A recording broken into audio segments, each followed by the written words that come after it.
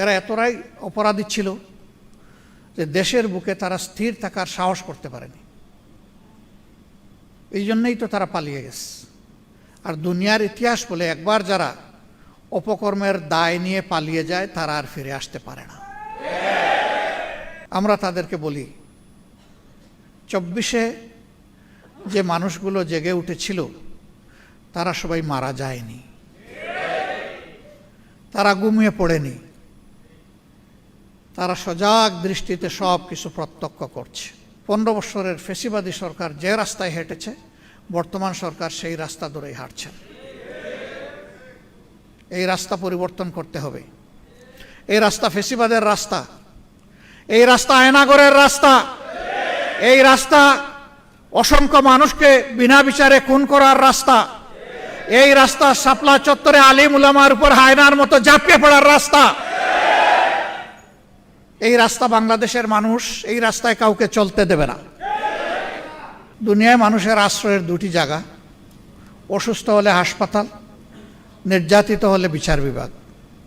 সেই বিচার বিভাগের সর্বোচ্চ স্তর হচ্ছে আপিলেট ডিভিশন। সেই ডিভিশনের একজন বিচারপতি পালাতে গিয়ে কলাপাতার উপরে ঘুমালেন। 90% মুসলমানের দেশে অমানবিকভাবে আয়নাগর তৈরি করা হলো। জুলাই জাদুঘর, স্মৃতি জাদুঘর যারা দেখেছেন তারা তার দামি রূপটা দেখতে পাবেন। বাস্তব রূপ ছিল তার চাইতেও কঠিন।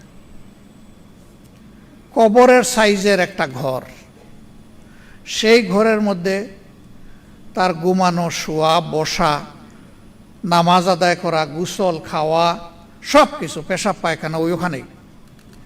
এখান থেকে কাউকে বের হতে দেওয়া হতো না। এখানে তার দামি কিছু প্রেজেন্টেশন রাখা হয়েছে। আমি মনে করি যারা সচেতন নাগরিক তাদের প্রত্যেকের এই জাদুঘর ভিজিট করা উচিত। কিন্তু দুর্ভাগ্য, অন্তর্বর্তীকালীন সরকারের সময় জাতির দুঃখের ঘটনাগুলোকে এখানে তুলে ধরা হয়েছিল।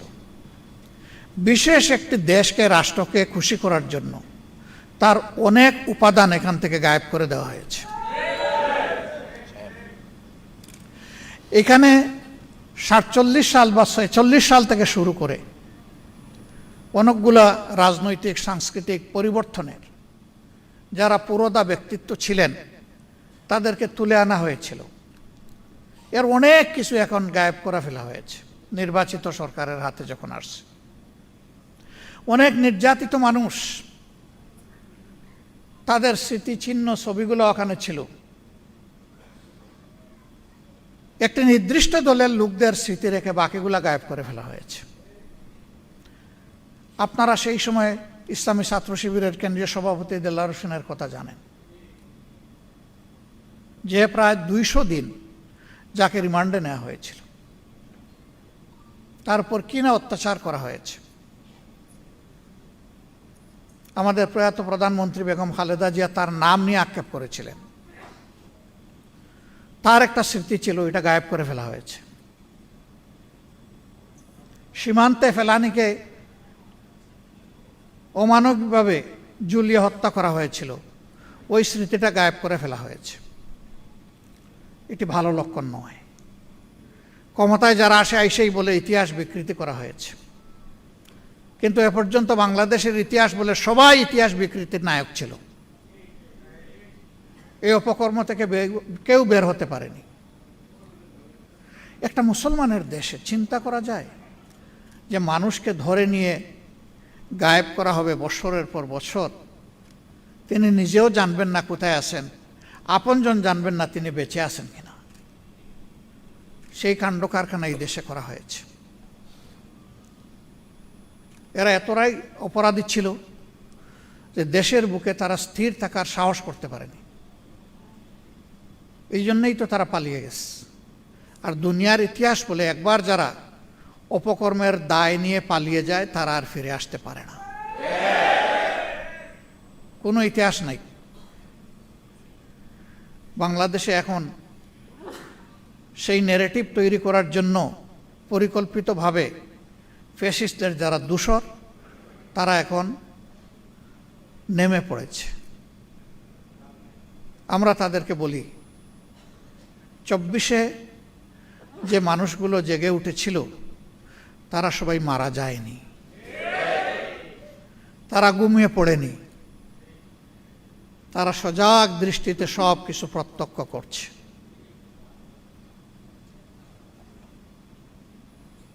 মূল যুদ্ধের আগে বাহিনী তৈরি হয়, তাদের কসরত করতে হয়, রিহার্সেল দিতে হয়। এরা যেন 24-কে ফাইনাল যুদ্ধ মনে না করে, এটা ছিল ফাইনাল যুদ্ধের রিহার্সাল। কারণ 24-এর পরে আমরা মনে করেছিলাম ফেসিবাদের যে পঙ্কিলতা, যে ময়লা, যে আবর্জনা যুগ যুগ ধরে তৈরি হয়েছিল তা এখন পরিষ্কার হয়ে যাবে। কিন্তু আমরা কি দেখতে পাচ্ছি? আসলেই কি কিছু পরিষ্কার হয়েছে?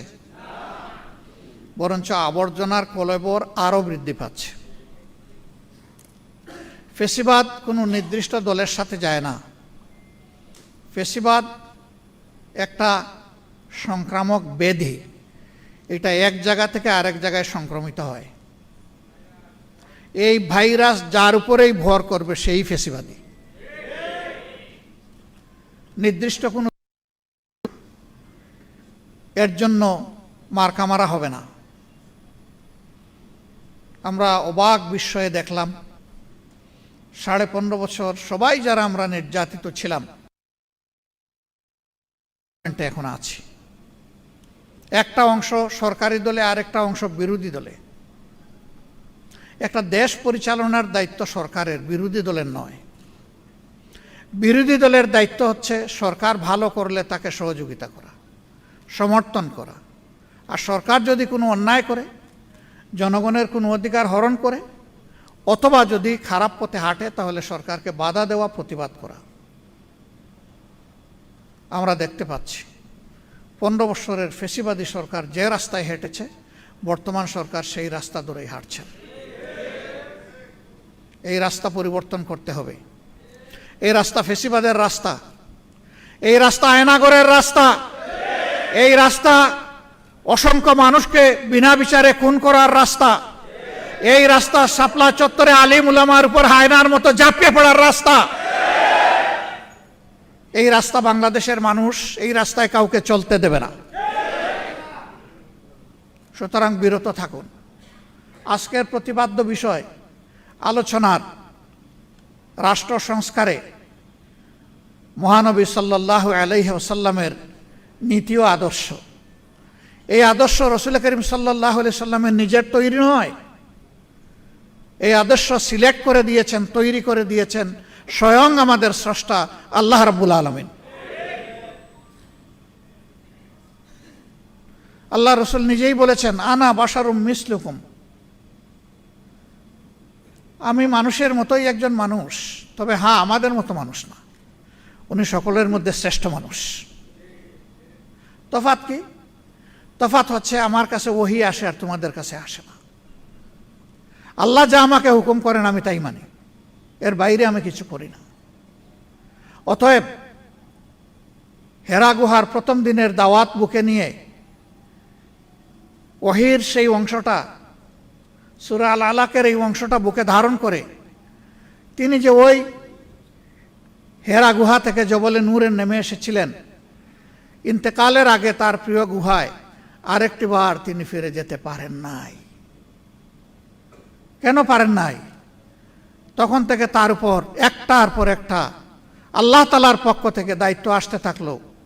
তিনি কিভাবে এই সমাজকে বদলাবেন। কোন সমাজ? যেই সমাজটি মানুষকে মানুষের স্তরে রাখে নাই, পশুর চাইতে আরো নিকৃষ্ট স্তরে নিয়ে গিয়েছিল। দুনিয়ার পবিত্রতম জায়গা খানায়ে কাবা, যেটাকে বায়তুল আতিক বলা হয়েছে, আল্লাহর জন্য নির্ধারিত সর্বপ্রাচীন ঘর, এই ঘরটাকেও তারা অপমানিত করেছে। উলঙ্গ মানুষ, নারী পুরুষ ঘোরাফেরা করত, আর সেইটাকে আবার ইবাদতের নামে চালিয়েও দিত। মূর্তি দিয়ে ঠাসা ঠাসা করে রেখেছিল। তাওহীদের আওয়াজ সেখানে বুলন্দ করার পরিবেশ ছিল না, শেষ করে দেওয়া হয়েছিল। নারী জাতিকে মানুষ গণ্য করা হতো না। যারা কালো তাদের কোনো মর্যাদা ছিল না। যারা দাস তাদেরকে পশুর চাইতে আরো নিকৃষ্ট স্তরে বিবেচনা করা হতো। মদ জুয়া সেই সমাজের রঙের ভূষণ ছিল। নিরাপত্তা বলে কোনো জিনিস ছিল না। মানুষের রক্ত সেখানে মানুষের জন্য হালাল ছিল। যার গায়ে বল আছে সে দুর্বলের উপর যে কোনো সময় ঝাঁপিয়ে পড়তে পারবে, কোনো বাধা নাই। সেই রকম একটি অসভ্য উচ্ছৃঙ্খল সমাজকে আল্লাহ তাআলা তার প্রিয় নবীর সোহবতে এবং তার হেদায়েতের মাধ্যমে দুনিয়ার সবচাইতে সভ্য জাতিতে পরিণত করেছিলেন। হযরতে উমরের মতো মানুষ, তিনি বের হয়েছিলেন আল্লাহ রসুলকে হত্যা করার জন্য। সেই হত্যাকারীকে আল্লাহ তাআলা ওই সফরে হেদায়েত দিয়ে দুনিয়ার একজন শ্রেষ্ঠ মানুষে পরিণত করলেন। কোরআন শুধু মুসলমানের জন্য নয়, কোরআন শুধু মানব জাতির জন্যও নয়, কোরআন সমস্ত সৃষ্টির শৃঙ্খলা বিধানের জন্য। এই জন্য মানুষকে শুধু মানুষের উপর দায়িত্ব দিয়ে পয়দা করা হয়নি, মানুষকে পয়দা করা হয়েছে তামাম সৃষ্টির উপর শৃঙ্খলা বিধানের দায়িত্ব দিয়ে। তাই একটা অবুঝ প্রাণীর প্রতি একজন মানুষের কি আচরণ হবে সেইটাও কিন্তু আল্লাহ তাআলা শিখিয়ে দিয়েছেন, কোনো কিছু বাদ রাখেন নাই। এই কোরআনী শাসন যেখানে যখন, অথবা ওহীর শাসন যেখানে যখন প্রবর্তিত হয়েছে, প্রতিষ্ঠিত হয়েছে, সেই সমাজের মানুষ শান্তি এবং সম্মান দুটি জিনিস পেয়েছে। আর যখনই আল্লাহর শিক্ষা থেকে মানবজাতি দূরে সরে গেছে, তখনই অশান্তি এবং অপমান তাদেরকে কাবু করে বসেছে। আজকে বাংলাদেশ সহ বিশ্বের অবস্থা এমনই। সম্মানিত ভাই ও বন্ধুগণ, এখানে যে সংস্কারের উপস্থাপনা করা হয়েছে এটি হচ্ছে পূর্ণাঙ্গ সংস্থা, এটা আংশিক নয়, যেটার মাধ্যমে মানবজাতির মানবজগতের আমূল পরিবর্তন ঘটবে। রাসূলুল্লাহ সাল্লাল্লাহু আলাইহি সাল্লামের আন্দোলনটা ছিল মূলত সাংস্কৃতিক আন্দোলন, অপসংস্কৃতিকে বদলে দেওয়ার আন্দোলন। যে মায়ের জাতিকে মানুষ গণ্য করা হতো না, সেই মায়ের জাতিকে বসানো হয়েছে মায়ের সম্মানে। পিতার চাইতে 3 গুণ বেশি সম্মান দেওয়া হয়েছে তাদের। আজকের ঘোষক যখন বিজয়ী 2 জনের নাম ঘোষণা করছিলেন, প্রথম জন মুশফিকা সালসাবিল, তিনি নাম ঘোষণা করে পিতার পরিচয় দিলেন পরবর্তী পর্যায়ে এসে, এবং রচয়িতা রচনাকারী আর পিতার জন্য দোয়া করলেন, কিন্তু মায়ের জন্য একটু দোয়া করলেন না। এই মা তো এই মেয়েটাকে তার গর্ভে ধারণ করেছেন, এই মাই বুকের দুধ দিয়ে তাকে বড় করেছেন, এই মাই তাকে বিকশিত হওয়ার মানুষ হওয়ার জন্য সবচেয়ে বেশি দায়িত্ব পালন করেছে। আমি দোয়াটা করে দিলাম, আল্লাহ তাআলা ওই মাকেও সম্মানিত করুন। আরেকজনের জন্য কোনো দোয়াই করেন নাই, ওনার জন্য দোয়া। উনি ওনার পিতামাতা এবং সম্মানিত শিক্ষক মণ্ডলী, মুশফিকারও সম্মানিত শিক্ষক মণ্ডলী, যারা মানুষ হওয়ার জন্য তাকে তিলে তিলে সাহচর্য দিয়েছেন, নার্চার করেছেন। আল্লাহ তাআলা তাদের সকলকে এই দুনিয়ায় এবং পরবর্তী জগতে আল্লাহ তাআলা সম্মানিত করুন। বলছিলাম যে সেই সমাজ ছিল দুনিয়ার সবচেয়ে বর্বর সমাজ। সেই সমাজেই নবী পাক সাল্লাল্লাহু আলাইহি সাল্লাম এসেছিলেন। সমাজের মানুষ কি আচরণ করলো তার সাথে? এত বড় একটা নিয়ামত তারা পেল, জানলো, বুঝলো, তারপরে তার সাথে শত্রুতা করলো, ভয়ঙ্কর শত্রুতা। তাকে জেলে পুরেছে, শেষ পর্যন্ত তাকে হত্যা করারও সিদ্ধান্ত নিয়েছে। দফায় দফায় তার উপর শারীরিক আক্রমণ হয়েছে। আল্লাহ তাআলার ইচ্ছায়, নির্দেশে, ব্যবস্থাপনায় শেষ পর্যন্ত তিনি আপন জন্মভূমি ত্যাগ করলেন চোখের পানি ফেলে ফেলে। হায় মক্কা, হায় কাবা, তোমার সন্তানেরা আমাকে থাকতে দিল না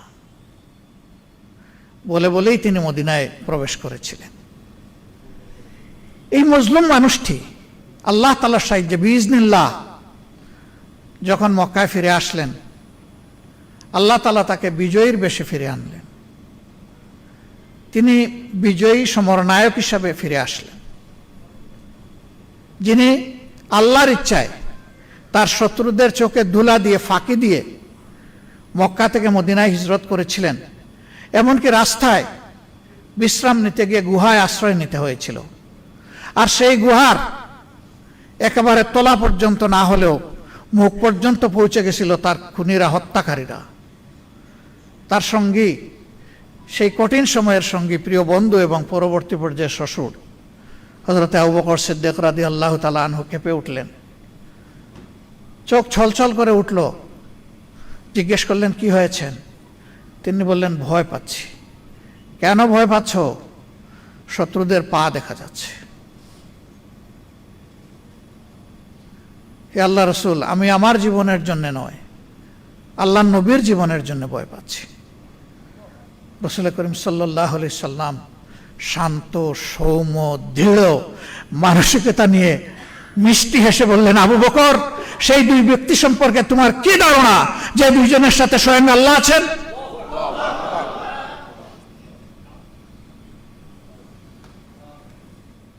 সেই ব্যক্তিটি যখন ফিরে আসলেন, ফিরে আসার পরে তিনি বললেন, ও মক্কাবাসী, আজকে তোমরা মুহাম্মদের কাছে কি চাও সাল্লাল্লাহু আলাইহি ওয়াসাল্লাম?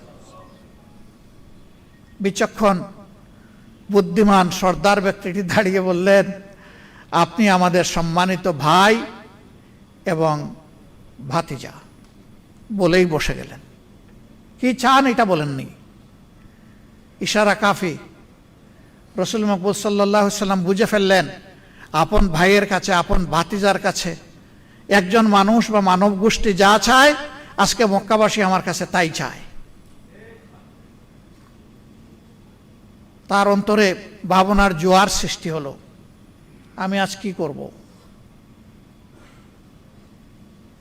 এখানে তো আমি স্পষ্টভাবে দেখতে পাচ্ছি হযরতে সুমাইয়ার হত্যাকারীদেরকে। আমি তো দেখতে পাচ্ছি হযরতে খাব্বাবের উপর যারা অত্যাচার করেছিল তাদের মুখ। আমি তো দেখতে পাচ্ছি আমার কলিজার টুকরা বেলালকে যারা টেনে হিঁচড়ে মক্কার অলিতে গলিতে তার রক্ত জড়িয়েছে, মাংস জড়িয়েছে, চর্বি গলিয়েছে, আমি তাদের মুখ দেখতে পাচ্ছি।